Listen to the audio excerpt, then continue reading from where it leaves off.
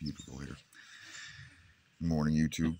This is Lonnie from the Justice Homestead. See, I picked up a few new subscribers. Welcome aboard, everybody. That video, my last one on buyer beware, moving to the mountains.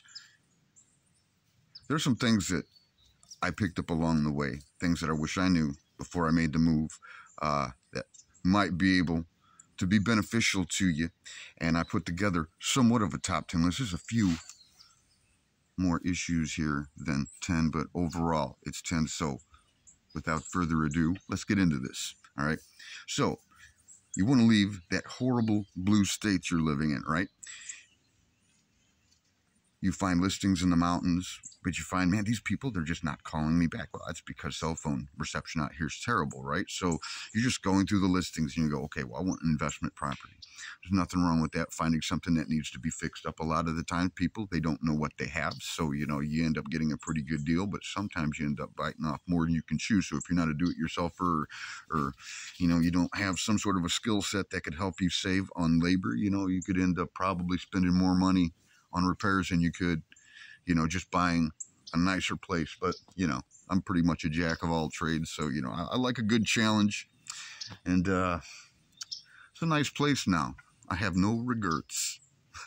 So let's get into this. You're looking at the listings, okay, and you go, 35, 30, okay, 40,000. But there's not a whole lot of information in the listing on the property. So you call the agent, you start asking questions, but they can't seem to answer any. They know more than you think they do. If they can't or won't answer any questions about it, move along. Number 2, listings with no inside pictures. You're looking at a mobile unit or whatever sitting on an acre of property, and they're saying it's an acre of property, have your own little handyman special. Yeah. Now, the inside, holes in the wall, the floors are caved in, electrical issues, plumbing issues. There's probably no functioning utilities. And it doesn't matter if there's somebody living in there. If they say that in the listing, there's a different standard of living down here. And it's not uncommon to find people living in mobile units like that with no functioning utilities. So that doesn't say anything at all. No inside pictures, move along. 3, listing with inside pictures, but it's littered with debris. Okay. Stuff leaning against the wall, clothes all over the floor, you know, debris, stuff like that. Did somebody leave in a haste? Or is it stuff strategically placed to cover holes in the floor, holes in the wall, electrical wires hanging out, structural damage, rat chewing, you know, rat marks, you know, chewing on stuff or whatever. If you have holes in the floor, holes in the wall, they have rats. And if you have rats, then there's electrical wiring in those walls that need to be looked at because they chew on them. That was the case here. Man, nobody wants to buy a house with holes in the floor, but this lady that sold me this place was not honest. But anyway, yeah, pictures like that, littered with debris, move along. 4, structures that are mobile or mobile with an addition, especially if they're 25 years or older. A lot of places down here won't sell you an insurance policy on it. And after moving into this one, I understand why, because a lot of people, because of the coal mines and the economy and the, you know, it's economically depressed in a lot of these areas, you know, to cut costs. A lot of people just do their own work. When they need another light socket over there, another light fixture over here, they'll just start connecting wires. But man, half the time they don't even connect that little pesky ground wire. So be prepared to have to tear out all the walls, refabricate them, and replace all the electrical. Now, I didn't have to do it that bad. It was I've removed about 100 feet of unnecessary wiring that was just a fire hazard, but, you know, they didn't know any better. But now it's gone and the place is safe. I recommend starting with replacing all light switches and outlets. Get yourself a ground tester. Okay, plug stuff in, see if they sparked. It's a good indication that, you know, something isn't grounded. So, has it been vacant for a while? Could have electrical issues, or you may buy a property that you can't move into right away until you're sitting out there with your U-Haul truck and they're saying, no, it requires an electrical inspection before you could even move in. Well, Okay, that can be a problem, especially if you know you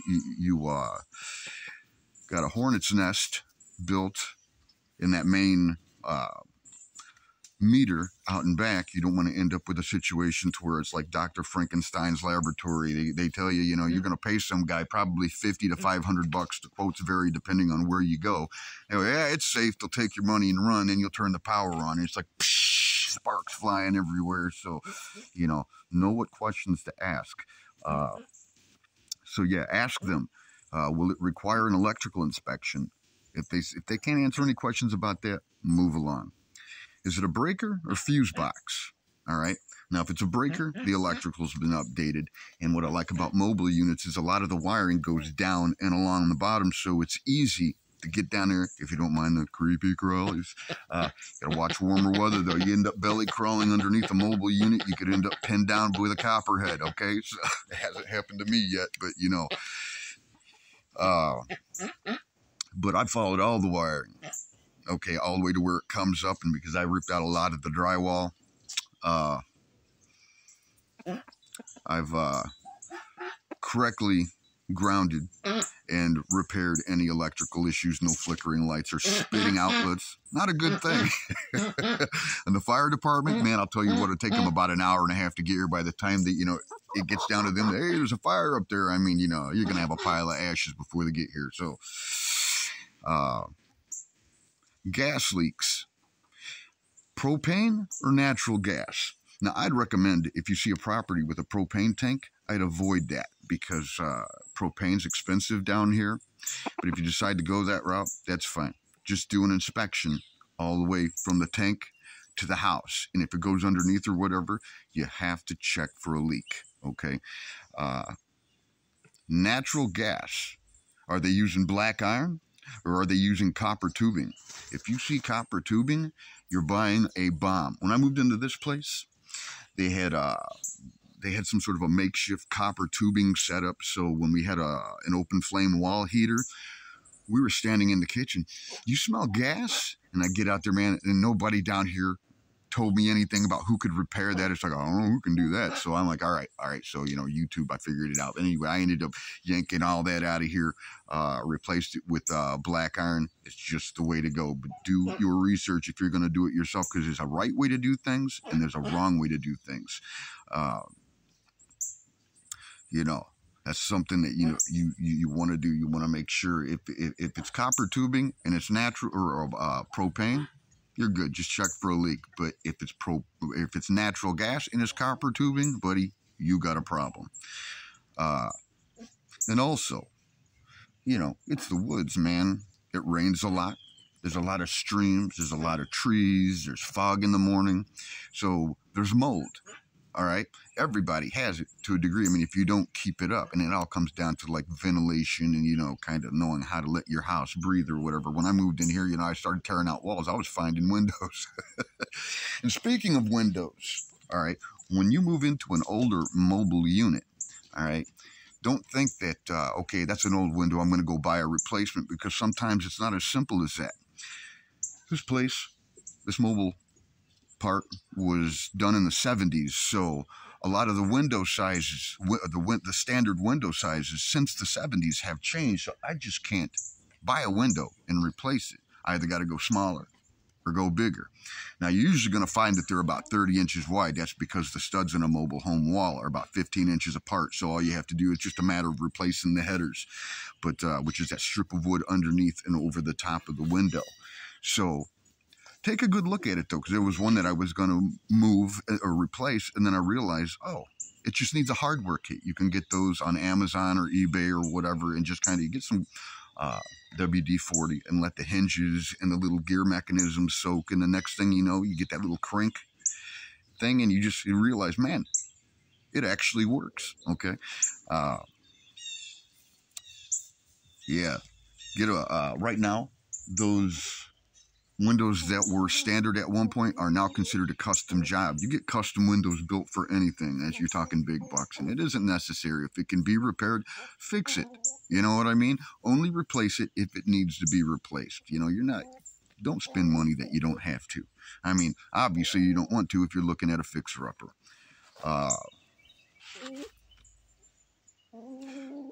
Google Earth the address. Those pictures in the listing, all right? Zoom in on where that waypoint is. Does that house match those pictures? In some cases, you're going to Google the address, that little, where they have the map and the listing, and then you'll see that the waypoint's just out in the middle of the trees somewhere, and then you're zooming around in any houses you see nearby. You're not finding the house. They do that on purpose. There's probably a landfill or a trailer park or, something nearby that, most people don't find very desirable. So, they want to move the property. They want somebody, a panic buyer, somebody wants to get out of California or whatever. And can you blame them? But there's people down here that will take advantage of you. So if it doesn't seem to match the location in the pictures, move along. Are there trailer parks nearby? The South, since the coal mine business dried up, people are hurting down here for cash. I cannot stress enough, man. I mean, this white privilege does not exist at all. It doesn't. It's about the rich and the poor. And there are people down here who have a lot of money and they love to flaunt it. And then there's people down here who have nothing. And since the economy went belly up, meth has exploded down here. Man, you hear about crack in the inner cities. I've never met as many people addicted to substances as I have since I moved here. I mean, I haven't met a person yet that hasn't been on or directly affected by methamphetamines in some way or another. So the trailer parks are basically the ghettos of the South, okay? And, that's just the world we live in. And if you live too close to one, you're just going to end up with stuff disappearing off your property. Now, if you don't mind, but I think you do. So if you see anything like that in the photo, keep looking. City water or well? Now, when I moved here, we had city water, but we had a well. Now, if they have you connected to city, they'll disconnect your well. Okay. But I realized shortly after we moved here that, when I'd go to fill my cat's water dish, that they all ended up with diarrhea. I couldn't figure out why. And then the wife pointed out, she says, I think there's something wrong with the water.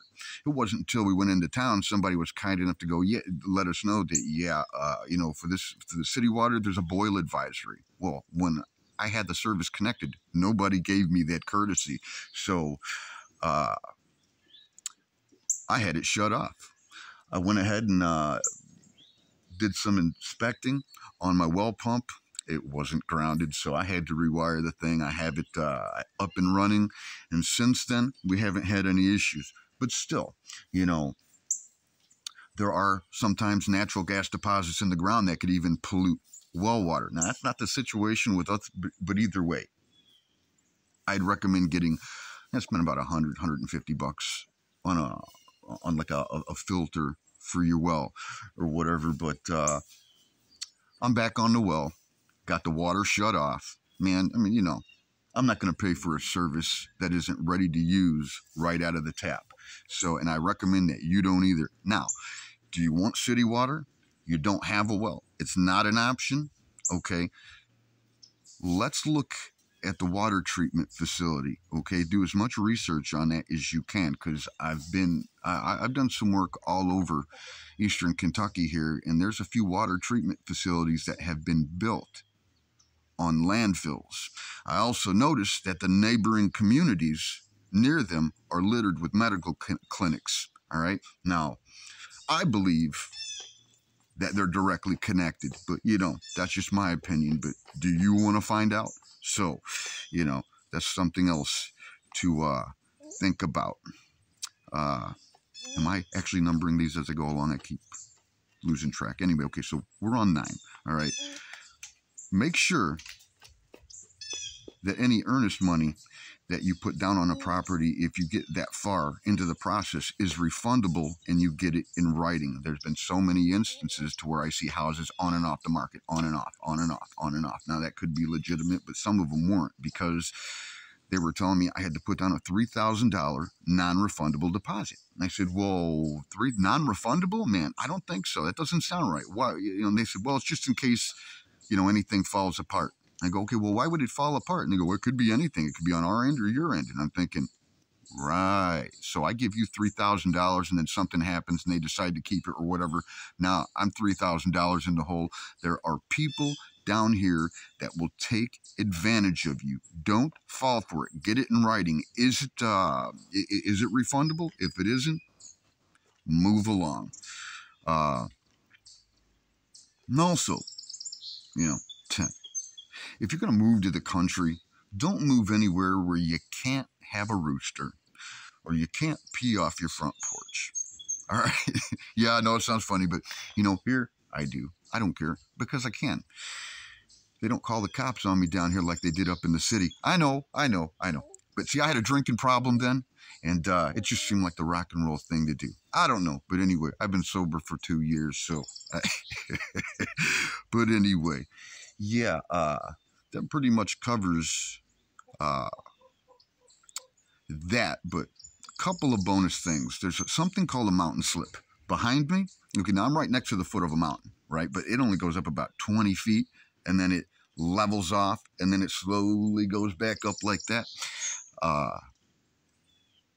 I'm in a pretty good spot. You get a little bit of runoff after the rain, but you know what I mean? The landscaping takes it directly to the stream out back. No big deal.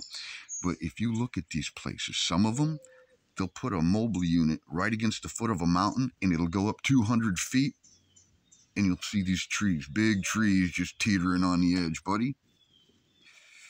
A mobile unit, they have 2x2s in the walls. They have furring in the ceiling that would split you in half like a beer can, man.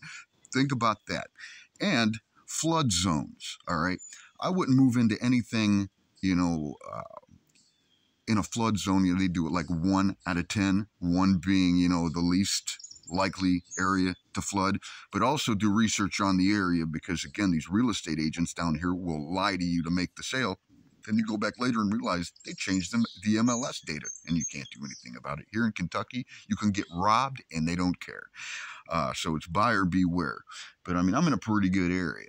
So, flood zones, yeah, because there's a lot of houses in East Kentucky right now that went up for sale. And you look at the flood zone, 10 out of 10. Yeah, okay, it's a nice house, right? Or is it? Go inside, you'll see black mold halfway up the walls. But, it only rains like that once every 100 years. Yeah, they said that last year. Okay, when that flood hit. And this one was worse than last year. So, I don't know. Keep that in mind. But I also recommend, though, if you pick a real estate agent, pick somebody with a reputation. Okay, now, Century 21, Remax, places like that. Because I went through a company called the Mountain Real Estate Company, and this woman lied about everything. I was supposed to be buying on an acre. And I didn't get an acre. I actually got a little bit less than that. But, that's what they do down here, is they'll lie. And then I tried to, do something about that. But see, if you got a complaint about your agent, what they'll do is they'll say, well, there's you can have an arbitration meeting, but it's strictly voluntary. So, yeah, I request a meeting, but she's got the right to choose not to show up. How do you think that's going to turn out? So, if you end up dealing with property that they list, make sure you have somebody with a reputation that makes sure that they keep them on the straight and narrow. Okay? So, until next time, we will holler at you later. Bye-bye.